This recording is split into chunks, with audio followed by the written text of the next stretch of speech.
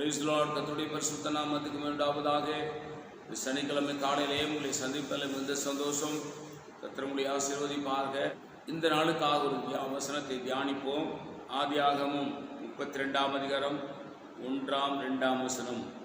யாக்கோபு பிரயாணம் பண்ணுகையில் தேவதூதர்கள் அவனை சந்தித்தார்கள். யாக்கோபு அவர்களை கண்டபோது இது தேவனுடைய சேனை என்று சொல்லி அந்த ஸ்தலத்திற்கு மக்னாயிம் என்று பெயரிட்டான். ஏசாவை சந்திக்க ஆயத்தமாகுதல். தன் மாமன் வீட்டை விட்டு இப்பொழுது யாக்கோபு 2 பரிவாரங்களோடு அவன் தகப்பன் வீட்டுக்கு புறப்பட்டு போகும் பொழுது தன் சகோதரனாகி ஏசாவை சந்திப்பதற்கு முன்பாக யாக்கோபு பிரயாணம் பண்ணுகையில் தேவதூதர்களை அவனை சந்தித்தார்கள். சந்திக்கும் போது யாக்கோபு சொல்றாரு, யாக்கோபு அவர்களை கண்டபோது இது தேவனுடைய சேனை என்று சொல்லி அந்த ஸ்தலத்திற்கு மக்னாயிம் என்று பெயரிட்டான். அல்லேலூயா.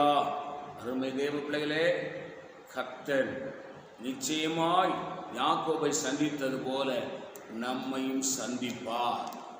ஆகவே தேவன் ஒரு மனுஷனை சந்திப்பாரானால், ஒரு மனுஷனுக்கு வெளிப்படுவாரானால், ஒரு மனுஷனுக்கு தன்னை வெளிப்படுத்துவாரானால், தூதர்கள் அவனுக்கு ஒரு மனுஷனுக்கு வெளிப்படுவார்களானால் நிச்சயமாகவே தேவன் அந்த மனுஷனை நேசிக்கிறார், அந்த மனுஷனை ஆசீர்வதிக்கிறார் என்ற அர்த்தம் என்பதை விளங்கிக் கொள்ளுங்கள்.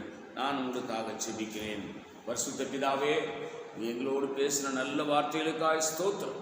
இந்த வார்த்தை நிமிடங்களை ஆசீர்வதி இயேசு நாமத்தில் வேண்டிக் கொள்கிறோம் பிதாவே, ஆமென். God bless you. கர்த்தர் உங்களை ஆசீர்வதிப்பாராக.